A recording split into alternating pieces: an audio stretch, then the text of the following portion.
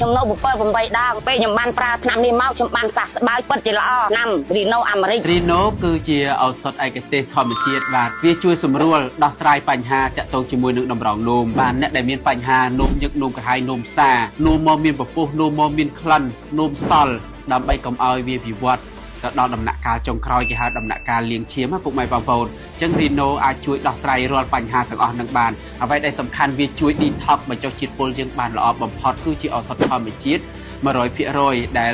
ជួយសម្រួលដល់ប្រព័ន្ធតម្រងនោមជាពិសេសក្រពែងប្រូស្តាតយើងបានល្អបំផុតជឿជាក់លើផលិតផលរីណូនេះចុះខ្ញុំបាទក៏ជាអ្នកប្រើផលិតផលនេះដែរវាជួយទៅសម្អាតប្រព័ន្ធបង្ហូរនោមរបស់យើងហ្នឹងបានស្អាតលាងជាតិពុលប្រព័ន្ធបង្ហូរនោមរបស់យើងហ្នឹងបានល្អជាសុបាយចិត្តយើងដឹងថាខ្លួនយើងជាណានោមក៏ស្រួលនោមអស់ឥឡូវលែងសល់លេងអីកាលមុនខ្ញុំមិនដឹងទៅផ្លូវណាទេខ្ញុំអត់មានលុយទៅលាងឈាមអត់ទៅលាងក្លៀនទេអត់មានលុយតើតសោះដល់ពេលអញ្ចឹងបានបងប្អូនទិញថ្នាំរីណូផិនអាមេរិកជឿមកឲ្យខ្ញុំលេបនេះខ្ញុំបានលេបនោមក៏បាត់ធុំក្លិន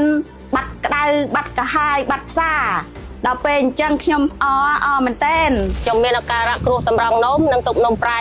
នោមមកមានពពុះទឹកនោមក្រហមក្តៅកាហាយតាមតម្រងនោមយើងនោមវាសល់មិនអស់ពិបាកអស់កម្លាំងលហិតលហៃហើមកជើងក្បាលជង្គង់ស្បែកយើងចេញរមាស់កាហាយក្រហមបន្ទាប់មកបានប្រើរីណូបានប្រើហើយនោមមករួលអត់ក្តៅអត់កាហាយអីទេបាត់ពពុះបាត់នោមមកត្រជាក់ស្រួលស្បែកយើងក៏លែងរមាស់ចកេះក៏លែងឈឺបាត់ហើមលែងអីអស់ហើយធ្វើការធម្មតាលែងឈឺលែងអីហើយស្រួលខ្លួនហើយប្រើរីណូដូចខ្ញុំទៅប្រកាសជាដូចខ្ញុំអញ្ចឹងរីណូនេះប៉ាកែរបស់គេមែន